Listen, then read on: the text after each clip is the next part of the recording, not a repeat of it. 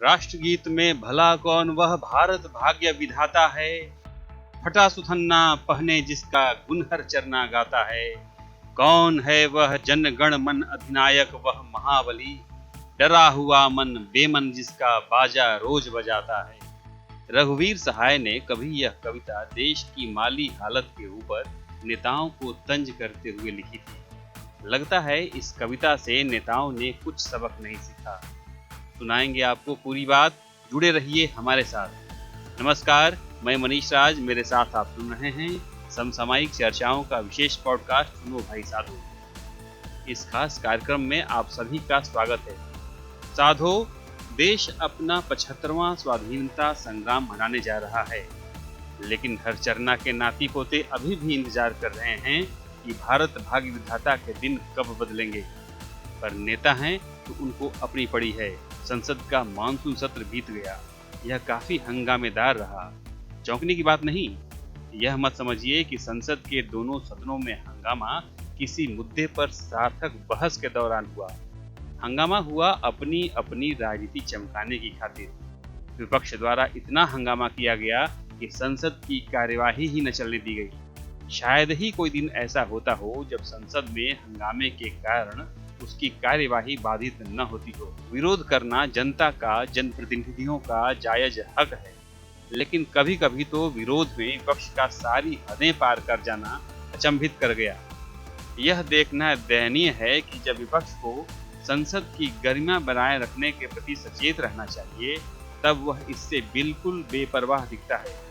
इसका प्रमाण तब मिला जब राज्यसभा में विपक्षी दल के एक सांसद महासचिव की मेज पर चढ़ गए।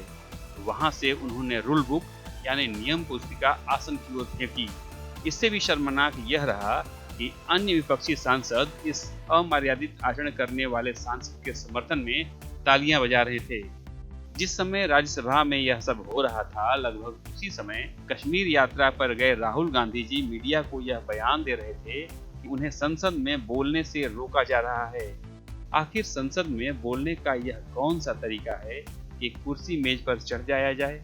यह अमर्यादित आचरण इसलिए किया गया क्योंकि कृषि कानूनों पर ध्यानाकर्षण प्रस्ताव को अल्पकालिक चर्चा में बदल दिया गया था। क्या अल्पकालिक चर्चा में विपक्ष अपनी बात नहीं कह सकता था? सवाल यह भी है कि आखिर कृषि कानूनों पर चर्चा के बहाने इन कानूनों को वापस लेने की जिद का क्या है? क्या विपक्ष यह चाहता है कि संसद की ओर से बनाए गए कानून सड़क पर बैठे लोगों के कहने पर वापस ले लिए जाएं? वास्तव में विपक्ष का उद्देश्य संसद में कोई सार्थक चर्चा करना दिखता ही नहीं। यदि उसकी दिलचस्पी विभिन्न मुद्दों पर अपनी बात जनता तक पहुंचाने में होती, तो वह संसद को इस तरह बाधित नहीं करता। विपक्ष ने संसद को किस तरह बंधक बना लिया है, इसका पता इससे चलता है कि वह उन मुद्दों पर चर्चा करना पसंद कर रहा है जिन पर हंगामा करने से उसे राजनीतिक नुकसान होने का अंदेशा है। यही वजह रही कि उसने लोकसभा में ओबीसी संशोधन विधेयक पर हंगामा करने के बजाय बहस में भाग लेना ठीक समझा, ताकि उसकी राजनीति चालू रहे। बहरहाल संसद का मानसून सत्र समाप्त हो गया है और अब देश कुछ ही दिनों में आजादी का 75वां त्योहार मनाने जा रहा है।